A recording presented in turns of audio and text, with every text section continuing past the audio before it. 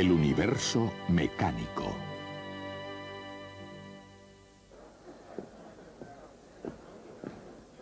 Bienvenidos a una aventura de la mente que comienza por mirar hacia adelante a la visión y al sonido de el universo mecánico. Hay algunas actividades del hombre que la mente asocia con un determinado lugar por considerarlo como el lugar ideal para tal actividad. Por ejemplo, yo no soy aficionado al juego, pero si fuera jugador no me metería en un oscuro cuarto trastero a jugar al póker. Mi ideal sería irme a Monte Carlo y allí en su magnífico casino jugar a la ruleta. De la misma forma, si pienso en el tenis, pienso en Wimbledon. Si en carreras de caballos, en Kentucky o Derby. Si en ópera, pienso en La Scala. Y si pienso en física, si quiero estudiar física, el lugar más indicado es Caltech. Y por eso estamos aquí, en el Instituto Tecnológico de California.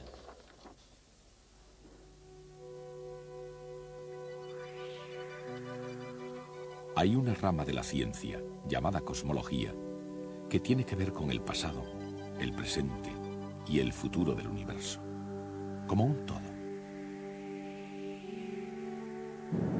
¿Cómo comenzó el universo? ¿Cómo evolucionó? ¿Cómo seguirá evolucionando? Y en la ciencia hay también otra rama, en el campo de la física para ser más exactos, que se llama mecánica. La mecánica se ocupa de algo que tal vez tenga poco que ver con la filosofía, pero no por eso es menos profunda. ¿Cómo empezó la mecánica? ¿Y hacia dónde va? ¿Cómo funciona?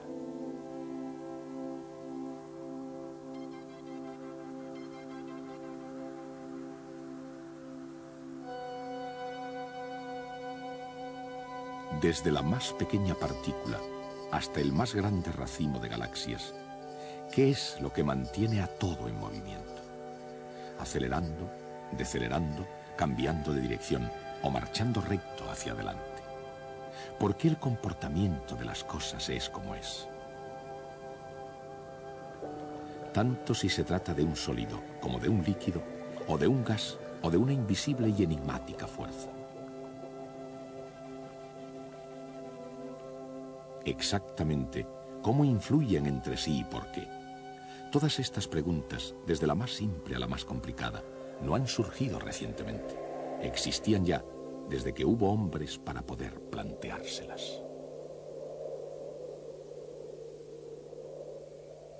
Incluso los seres humanos más primitivos de este planeta han debido mirar al cielo y andado por la tierra preguntándose, ¿pero todo esto cómo funciona? Aunque ellos mismos ni siquiera fueran conscientes de que se lo estaban preguntando. Esos hombres fueron los primeros en intentar descubrir y comprender el universo mecánico. Si existe alguna clave para poder entender el universo mecánico, se encuentra en el campo de las matemáticas. Y en las primeras civilizaciones, los mejores matemáticos que hubo fueron los griegos. Su trabajo dio un fuerte impulso a toda la ciencia. En el estudio del círculo, por ejemplo, trabajaron hasta quedar exhaustos. Y eso fue precisamente lo que dio lugar al número pi. A pesar, o mejor aún debido a tantos descubrimientos geniales, los griegos se quedaron retrasados. Una vez superada la Edad de Oro, concedieron menos importancia a las preguntas que a las respuestas. Así que el mundo, preguntándose demasiado poco, conjugó la mecánica de Aristóteles con las ideas de Platón. Y finalmente, la sabiduría tradicional acabó aceptando el sistema solar de Ptolomeo, según el cual los planetas giraban uniformemente alrededor de la Tierra exactamente en círculos. Eran respuestas en vez de preguntas que no se discutieron hasta el Renacimiento. La orientación intelectual de la civilización de Occidente acabó alineándose al inacabable argumento circular del ideal platónico. La pregunta no es exactamente por qué, a no ser que sea por qué estropear la perfección. La pregunta es, ¿cómo? ¿Cómo 1500 años después de Ptolomeo pudo romperse el círculo que era perfecto? ¿Y en qué puede parecer una contradicción lógica? ¿Cómo pudo reformarse un nuevo orden del mundo en el crisol de la revolución científica? Todo esto dio comienzo cuando un monje polaco extremadamente curioso, Nicolás Copérnico, miró las estrellas y vio las cosas con una luz diferente. En el sistema solar de Copérnico, es la Tierra la que gira alrededor del Sol y no al contrario. ¿Por qué vio Copérnico el universo de esa forma? ¿Y por qué desde un punto de vista científico su opinión hizo que Copérnico fuera el primer revolucionario del mundo? Un puente intelectual que había resistido miles de años comenzó a tambalearse con los vientos de los nuevos cambios. Los pilares de una comunidad académica de la antigüedad estaban amenazados por preguntas peligrosas.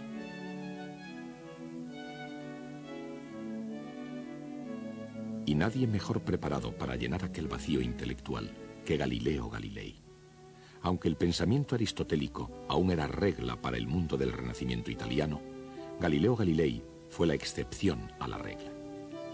Pensaba como Copérnico y además tenía la fuerza de sus convicciones. En otras palabras, tenía la idea correcta, pero en un tiempo incorrecto. Sus comprobaciones y sus críticas se elevaron en defensa del status quo. Si la Tierra gira efectivamente, ¿por qué cuando cae una pelota desde una torre, la de Pisa, por ejemplo, cae rectilínea y no cae en la ciudad próxima? Las respuestas comenzaron a ser más arriesgadas que las preguntas. La Iglesia, que le consideró tanto una amenaza para Roma como una afrenta al sentido común, le aconsejó que dejara que las cosas siguieran como estaban. Pero Galileo, tanto en la teoría como en la práctica, explicaba sus hallazgos cuando ya todo estaba dicho y hecho, y demostraba así lo que parecía ser imposible. Bien, aquí tengo una pluma y un martillo. Los dejaré caer aquí mismo. Es de suponer que los dos golpeen en el suelo a la vez. ¿Qué les ha parecido? Por lo visto, el señor Galileo tenía razón. Los descubrimientos de Galileo han servido a lo largo de la historia como un admirable ejemplo de imaginación científica en el trabajo. Con la mente puesta en el intento de aclarar el universo en términos científicos, los experimentos de Galileo le condujeron a un descubrimiento llamado el principio de inercia. Con una extraña perspicacia científica previó con exactitud la trayectoria parabólica de los proyectiles, así como la caída de los cuerpos. Incluso ahora en nuestros días, si se piensa en ello, todas las cuestiones que se plantean después de esos experimentos son tan retadoras como las de hace 3 siglos. ¿Cómo pudo Galileo calcular la trayectoria de un proyectil? Y al hacerlo, ¿cómo pudo impulsar las matemáticas hacia el futuro? En aquellos tiempos en que para creer algo era necesario demostrarlo, ¿cómo pudo refutar lo que se percibía como obvio sobre la caída de los objetos? ¿Cómo podía llegar al suelo un martillo y una pluma al mismo tiempo?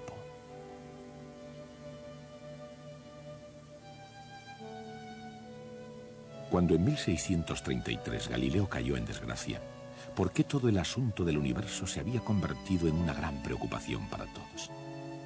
En la misma época, cada día era una preocupación para el asombrado matemático Johannes Kepler, un hombre en una constante huida de su propia vida. Una vida de soledad y pobreza, falto de amor y persiguiendo brujas y espíritus inferiores asociados a ellas. Su propia existencia era una especie de desafío. Seguramente ningún otro hombre habrá hecho tantos sacrificios para captar la verdad científica como Kepler.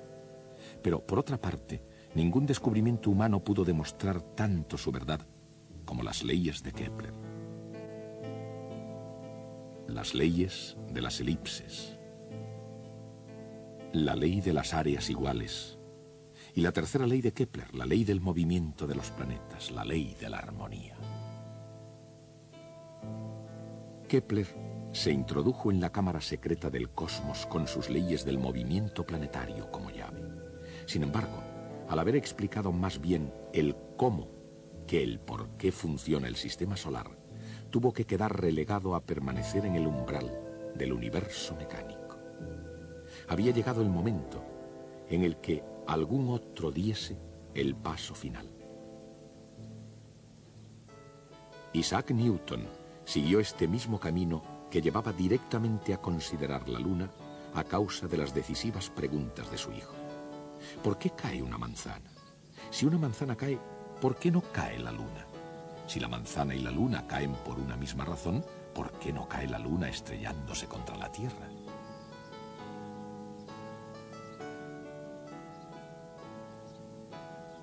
Ante estas preguntas, auténticas cuestiones para toda una vida, Newton se sentó con mucha calma y pieza por pieza fue destruyendo más que reparando toda la maquinaria del universo aristotélico de la antigüedad. Y entonces, con sus respuestas, igualmente asombrosas, creó algo para sustituirlo: el universo mecánico. Un universo mecánico, predictiblemente bien ordenado, que obedecía con precisión a las leyes matemáticas, y con las leyes del movimiento y la capacidad para poder asumir casi todos los retos de la física. Con su ley del movimiento, nada diferente al encuentro de David con el gigante Goliat, Isaac Newton aprovechó todas las posibilidades de la mecánica, armado de una aguda superioridad de fuerzas y un conocimiento muy preciso de las trayectorias. Y la ley de la gravitación universal.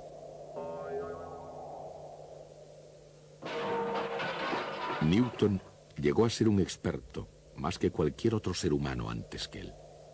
Por ello atrajo gran atención y una considerable fanfarria. No obstante, para la ciencia las respuestas son solo una parte del pasado, mientras que el futuro pertenece a las cuestiones que vayan surgiendo.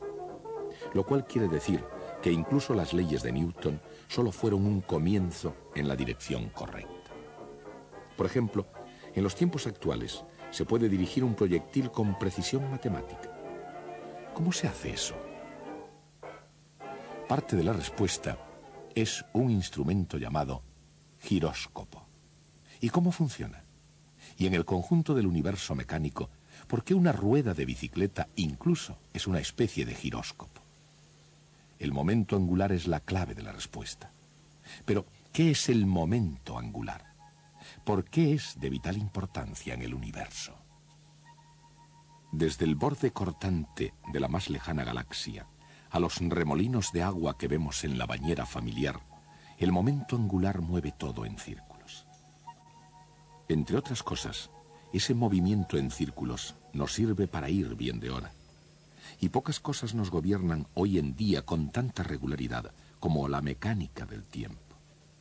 Pero desde que el hombre lo tiene en sus manos, su preocupación por él apenas es un fenómeno reciente. Lo que, en comparación, sí es muy reciente, es el fenómeno de la exactitud en el tiempo. Se fue aproximando poco a poco, día a día, durante 4000 años, hasta que por fin se llegó al entendimiento del movimiento armónico. ¿Qué es el movimiento armónico? Y cuando llega abajo y arriba, ¿cómo funciona exactamente?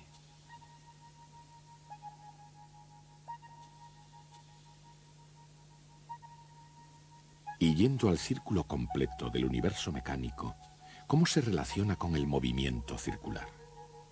La respuesta no es tan misteriosa como a simple vista pueda parecer, y no hay razón para acercarse a ella dando un rodeo. Sin embargo, a veces ayuda. Todo lo que hay que hacer es un pequeño cálculo diferencial. Mientras los cálculos de Newton se extendieron por todo el universo mecánico, el alcance de su generosidad fue mucho más estrecho. El barón Wilhelm Gottfried von Leibniz llenó el paisaje europeo de una gran confianza, y había buenas razones para ello. Como diplomático alemán y matemático, Leibniz tuvo tanto éxito que Voltaire le caracterizó como el compendio del optimismo. Mundialmente todo un compañero con las mujeres, Leibniz nada tenía en común con Newton, excepto el descubrimiento del cálculo. Y con Newton había que ser un poco amable, ya que a fin de cuentas había creado las leyes del movimiento, la ley de la gravitación universal, el telescopio de reflexión, e incluso dio una explicación teórica sobre la luz y el color. La lista de sus incomparables talentos era mucho más extensa aún. Y sin embargo, a pesar de tanta inteligencia, Newton permitió, si no es que llegó a provocarla, una amarga controversia con Lynch. Este episodio, uno solo de los dramas emocionales del universo mecánico, puso en peligro la buena reputación de un hombre y la salud de otro. Ilustrará una de las curiosas paradojas que se esconden en el corazón humano de la ciencia. Por ejemplo, así como el científico no siempre es racional, el entorno científico casi siempre lo es. Y de hecho, es en un laboratorio de física donde la naturaleza se revela en los términos más racionales. ¿Qué es lo que hace exactamente un científico moderno? Más allá de su definición en un libro de texto, ¿cuál es el método de la ciencia? Y en el mundo real, ¿cómo funciona exactamente el método científico? A veces se comienza con una cubeta de aceite, un robusto puchero de hierro, un toque de disciplina, un poco de creatividad y quizá un toque de genialidad. Y en algunas ocasiones, aunque muy raramente, el resultado es tan insignificante como el valor de la carga de un electrón.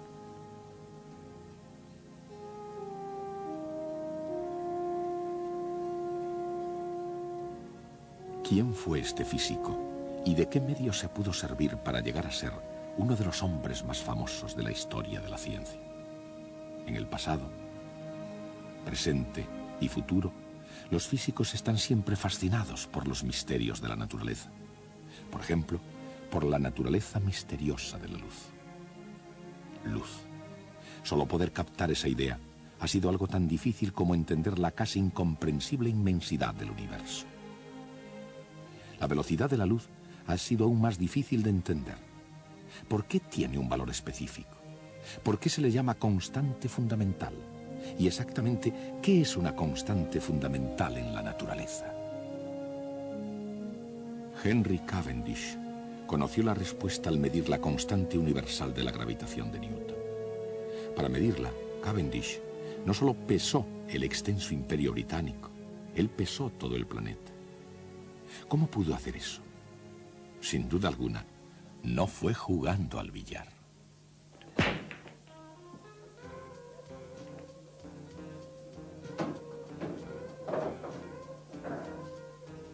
Estos hombres viven de unas leyes que, aunque no siempre estén dentro de la legalidad, están sin embargo de acuerdo con las leyes de la mecánica clásica. Por supuesto, no todos los hombres aquí aprecian ese hecho. La mayoría de ellos van solo a jugar un poco al billar o a aprovecharse de la experiencia por otros medios. Pero las posibilidades aumentarían si se aplicaran correctamente ciertas leyes físicas. Y todos se alegrarían de los resultados.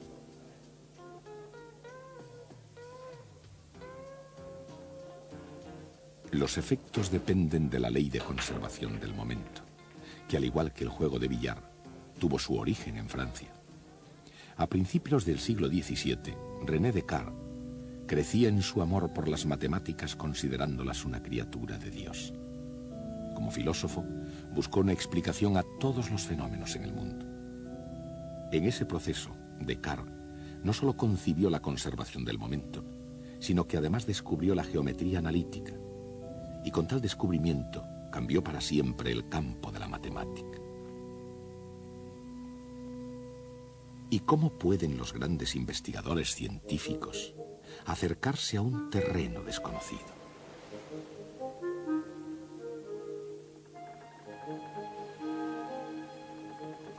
Y cuando algo ha sido ya descubierto, ¿cómo puede alguien entrometerse y reclamar el mérito?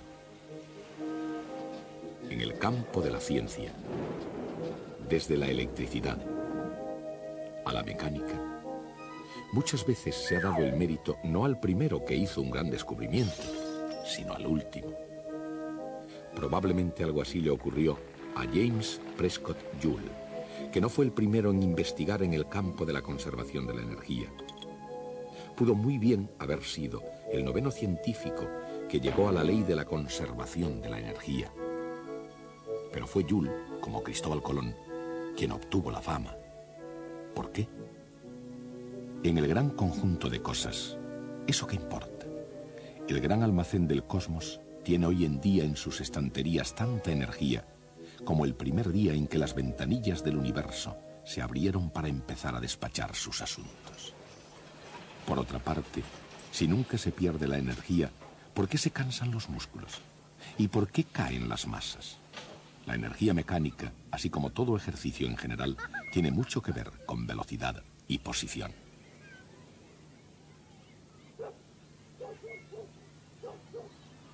Para una perspectiva diferente de cambio en las posiciones, fíjense en el cambio de rumbo del buque. Un desafío, si es que ha habido alguno, para el universo mecánico. La electrónica sofisticada, los espléndidos dispositivos de seguimiento, personal sin comparación posible. Estos son los recursos de un guardacostas de los Estados Unidos. Y entre bastidores hay dos análisis vectoriales. En una situación de peligro o en una clase, ¿cómo puede la matemática vectorial sacarnos de la dificultad?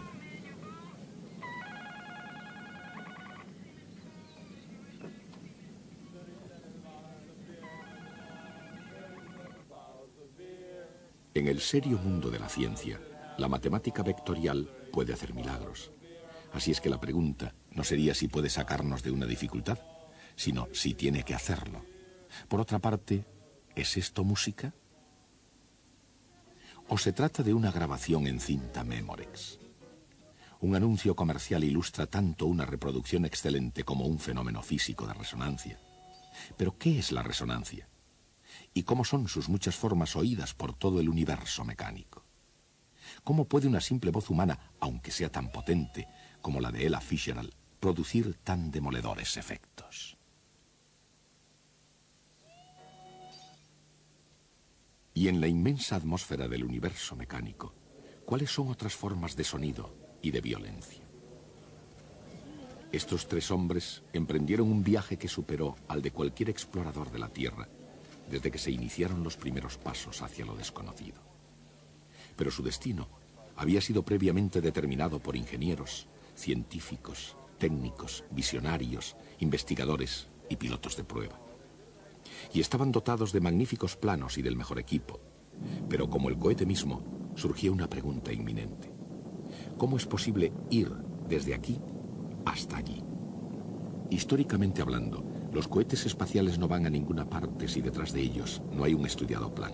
E incluso en nuestros días no pueden ir muy lejos si no es con la ayuda de la mecánica clásica. ¿Quiénes son estos pilotos espaciales? ¿Qué buscan más allá del mundo cotidiano? ¿Y qué es lo que descubren a veces de modo sorprendente? Desde Johannes Kepler en adelante, los mecánicos celestes pudieron calcular los movimientos del sistema solar. Pero el milagro de la era espacial ha conseguido que el cielo sea pasable a la vez que posible. Y eso sería, seguramente, lo que el padre de la mecánica clásica soñó. Eso es lo que ahora hacen los pilotos espaciales. En una ciencia todos los científicos son pilotos y exploradores. El destino del hombre siempre ha sido la búsqueda. Y su estrategia siempre tuvo algo que ver con aprender y enseñar, con imaginación y lógica, con ensayos y errores, con arriesgarse e ir hasta el límite. No solo la estrategia que se quiera emplear, sino el propio universo pueden llegar a convertirse en una especie de juego cósmico.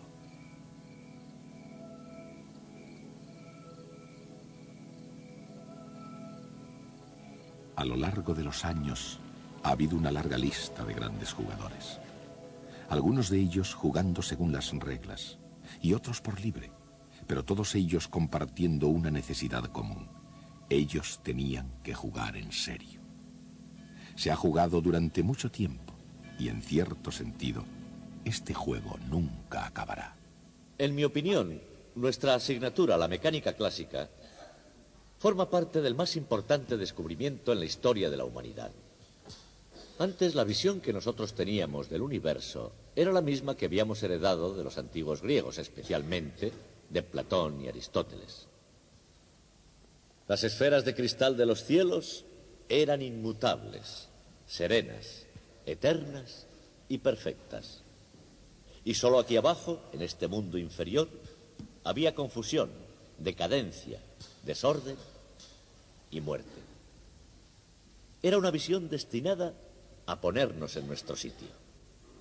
La Tierra era el centro del universo y nosotros fácilmente pudimos imaginarnos que éramos el objetivo de la creación. Pero llegaron Copérnico y Kepler y Galileo y Newton, y entonces nos encontramos con que estábamos viviendo en una mota de polvo en un rincón perdido del universo. Ni por lo más remoto hubieran pensado Platón y Aristóteles, ni tan siquiera en sueños, en hacernos una cosa así. La vida hoy no es muy diferente a lo que era hace 2000 años. En lo esencial, la condición humana no ha cambiado considerablemente, pero sí cambió algo de modo definitivo. Hemos descubierto nuestro lugar en el universo. Por eso este descubrimiento es tan importante. Ahora nuestra tarea consiste en conocer qué se descubrió exactamente, cómo se llegó a ello y quién lo hizo. Comenzaremos por uno de los más importantes hallazgos de Galileo Galilei. Ese será nuestro próximo tema.